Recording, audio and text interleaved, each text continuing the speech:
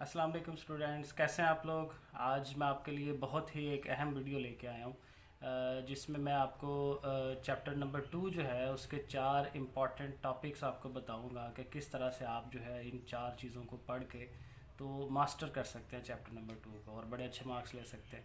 तो इस वीडियो को पूरा देखिएगा, बहुत अहम है आपके लिए, नंबर अच्छे मिल सकते हैं। तो चलिए देखते हैं कि कैसे ये चारों पार्ट्स करते हैं।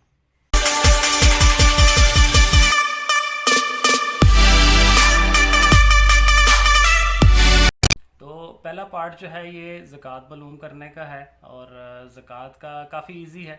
इसमें ये देखिए, मैं आपको बताता हूँ, साथ मिसाल के साथ समझाता हूँ। चलें देखते हैं।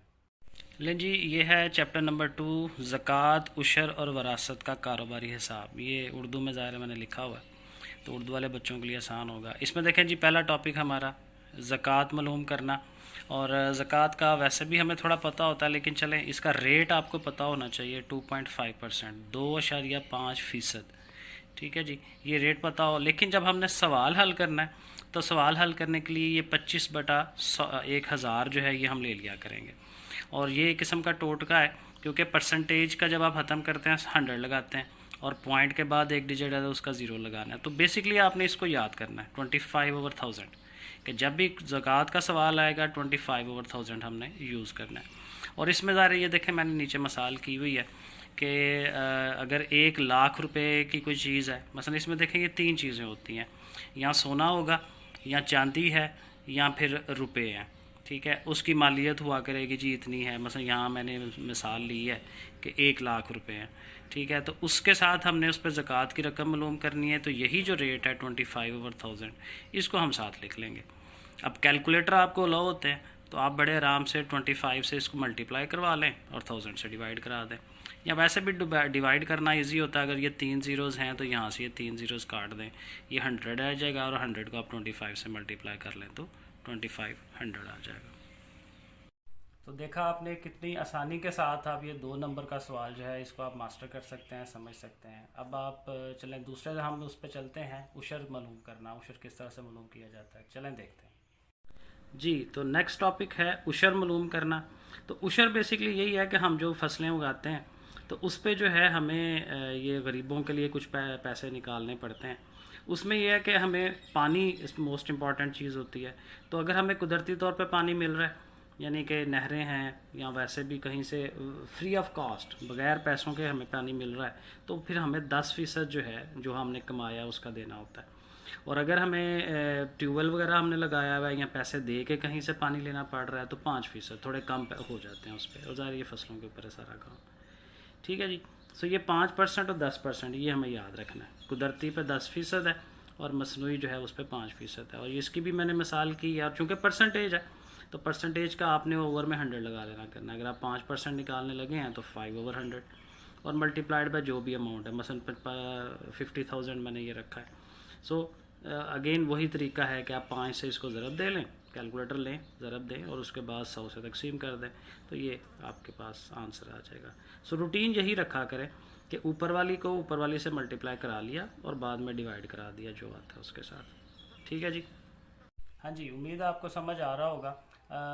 अगर आपको वीडियो अच्छी लग रही है तो ज़रूर इसको लाइक कर दीजिएगा और सब्सक्राइब कर दीजिएगा ताकि बाकी और बच्चों का भी भला हो। तो चलें तीसरे पोर्शन की तरफ चलते हैं, जिसमें है जी तर्का मालूम करना, कि तर्का जो है वो किस तरह से मालूम किया जाता है।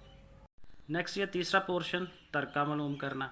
अब तर्का बेसिकली वही है कि जो एक इंसान वफात पा जाता है, फौत हो जाता है, तो पीछे जो अपने कोई पैसे छोड़ जाता है, ज़मीन जायदाद, तो पैसों के हिसाब से हमने उसके जो पीछे लोग वरसा हैं, बच्चे हैं, बीवी है, उनको देना होता है।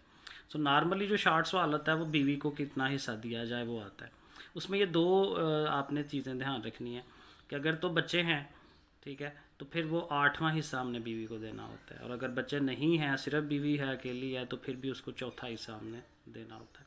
सो अगेन यहाँ पे अमाउंट है, ये देखें 80,000 लिखा है और एग्जांपल ली है और 8वां हिस्सा फाइंड आउट करना है, तो 8 से हम उसको डिवाइड करा रहे हैं। सो जस्ट डिवाइड कराना है क्योंकि ऊपर तो 1 है, तो मल्टीप्लाई कराने की कोई ज़रूरत नहीं है। तो ये इस तरह से आ जाएगा 1000। सो ये भी वही तरीका है। जी, तो चौथा पोर्शन जो है इसमें डेफिनेशंस हैं ज़कात की, उशर की और तरके की डेफिनेशन है। बहुत इजी है, जस्ट एक दफ़ा ज़रा समझ लें मेरे साथ तो ये आपको बड़े आसानी से तैयार हो जाएगा। तो ये लास्ट पोर्शन है, ये देखें ज़रा इसे। जी, तो लास्ट पोर्शन में तरीफ़ें हैं, ज़कात, उशर और तरका की तरीफ़। तो ज़कात देखें, इजी है, क्योंकि देखें ज़कात ज़ाहिर है वो रकम होती है जो हमने गरीबों को देनी होती है।